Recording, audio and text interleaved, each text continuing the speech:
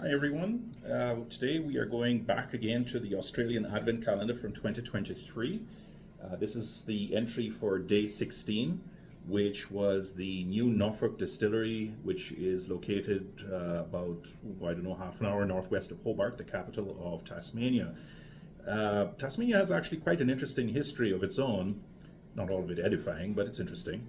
And I won't go into the details here except to note one thing. Between 1839 and 1992, they had their version of prohibition, which basically meant that all the whiskey distilleries they had on the island at that point in time were all shut down.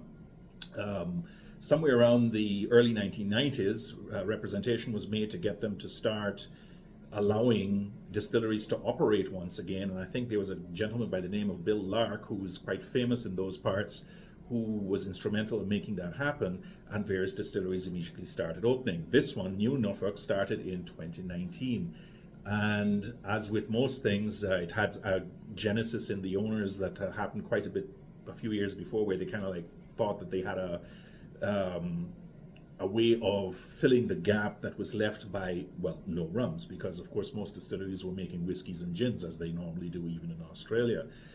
So over and above that, the distillery has concentrated almost wholly and solely on rum. Their portfolio is spiced rums, a few liqueurs, all made from molasses and some cane sugar and so on. They do have a couple of overproofs which are really quite interesting, and some really kind of insouciant naming which I enjoy thoroughly. So there is the Diablo Robotico 66.6%, which is a pure single cask rum.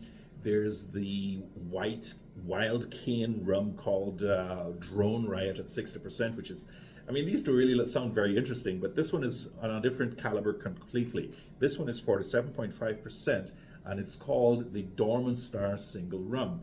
Now, I'm not entirely sure what that name means. The distillery notes on the website and the stuff that the Mr. and Mrs. Rum put together did not actually answer the question.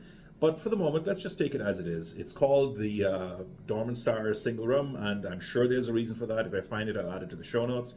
What is it like? Well, it actually isn't too bad. It is batch number 2. I have no idea what batch number 1 was like, but I got the impression it was very much the same. And it is extremely soft when you smell it. What we're talking about here is something that doesn't really assault you. At 47.5%, you will expect something firm without actually being sharp. And of course, the 2.5-year aging in American oak has certainly mitigated some of the rougher edges. What it actually smells like right at the beginning is of cardboard, drywall, dried, like a house that's been painted and hasn't quite dried yet, leather upholstery, some fresh new plastic. All of this is actually quite faint. What you're really getting that kind of muscles out all those peculiar flavors, but which are quite interesting, is honey and caramel and vanilla and toffee and all those traditional flavors that you get from young aged rums. So this could just as easily be a gold rum from the Caribbean, and you would never know the difference. It is actually very nice and pleasant, and there isn't a whole lot of complexity in the nose, but it is something that you would enjoy. The taste is actually quite similar. Yeah, indeed. You're getting a lot of that, but softer and a little bit firmer at 47%, of course. It is a bit sweet. There's that honey again. There's the blancmange. There's the vanilla. There's all the breakfast spices. There's the caramel. There's a little bit of fruit in there. Apples, pears, that kind of thing. White guavas, which are, quite the fleshy ones that I like a bit more than the red ones. So overall, it's a really great hot weather rum, which is what I call rums that you can take without any aggravation or without mixing them with maybe an ice cube or two if you want in hot weather.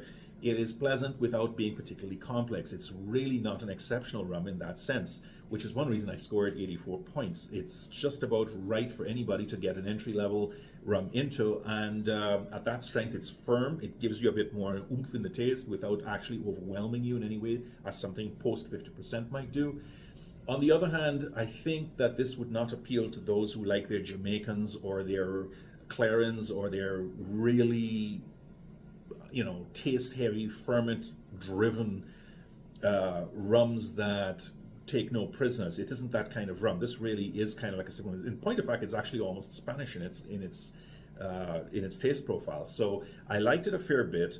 It is quite pleasant, but it isn't anything exceptional. If that's what you're looking for, you're going to have to pass on it and just go somewhere else. But beyond that, it's really quite nice. And if you just want something to sip without having to worry and park your brain at the door, this is the one to get. So that's pretty much it for today. And I hope you enjoyed it. And tell me what you think if you do. Thanks. Bye.